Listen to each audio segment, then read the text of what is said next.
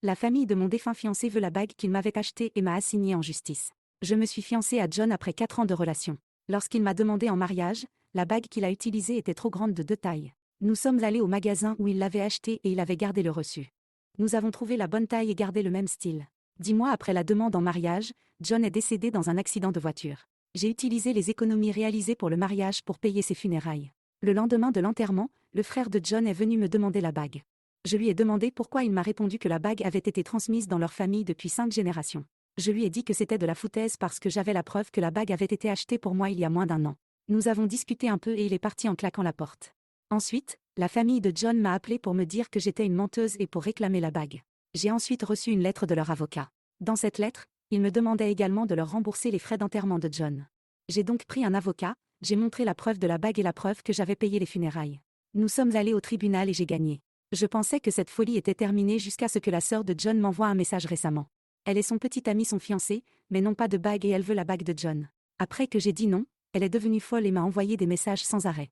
Je l'ai bloquée à plusieurs reprises, mais elle trouve un moyen de contourner le problème. Je prenais un brunch avec mon ami, mon portable était sur la table, un message de sa sœur s'est affiché et mon ami l'a vu. Je lui ai expliqué les messages et mon ami pense que je suis une escalope et que je devrais lui donner la bague. Elle en a parlé à mes autres amis et elles disent toutes la même chose. Maintenant je doute de moi. Alors, suis-je le trou du cul? Eddie, cette bague fait partie d'une société qui conçoit des bijoux basés sur des films et produit en masse chaque style dans différentes tailles. Nous avons trouvé la bonne taille et l'avons échangée avec une bague du même style. Après l'échange et au moment d'annoncer les fiançailles à ses parents, je leur ai montré la bague. John leur a expliqué où il l'avait apportée et leur a parlé de l'échange de taille. Ses parents n'ont jamais parlé d'une bague d'héritage et de diamants de famille. C'est après les funérailles qu'ils ont commencé à dire que ce sont leurs arrière-arrière-arrière-grands-parents qui ont apporté cette bague et qu'il s'agit d'un héritage, à propos des frais d'obsèques. Les parents de John m'ont envoyé un message pour me dire qu'ils n'avaient pas les moyens de payer les funérailles. J'ai pensé à ce moment-là que la raison pour laquelle ils ne pouvaient pas se le permettre était que sa sœur était sur le point d'entrer à l'université et qu'ils avaient mis à profit les frais de mariage. À bon escient, parce que le mariage n'aura plus lieu. J'ai tout payé pour les funérailles, les parents n'ont rien payé du tout. Je pense que le choc de la mort de John m'a fait oublier que sa famille possédait la plupart des entreprises et des logements de la ville. C'est au tribunal que j'ai découvert qu'il avait une assurance vie. Cet argent a été versé à ses parents et a servi à couvrir le coût de ses funérailles. Lorsque j'ai reçu leur lettre d'avocat, j'ai pensé qu'il s'agissait d'une fausse. Mais j'ai appelé mon ami et je lui ai expliqué la situation. Je lui ai demandé de vérifier si cette lettre était vraie ou fausse. Il m'a dit de le voir avec la lettre et tous mes documents pour la bague et les funérailles. Il m'a dit que la lettre était vraie et qu'il m'aiderait. Je pensais qu'une fois que leur avocat aurait vu ma preuve, ce serait la fin de la folie. Mais l'instant d'après, nous étions au tribunal. La plupart du temps, j'étais confuse, mais j'ai dit la vérité et j'ai montré toutes mes preuves.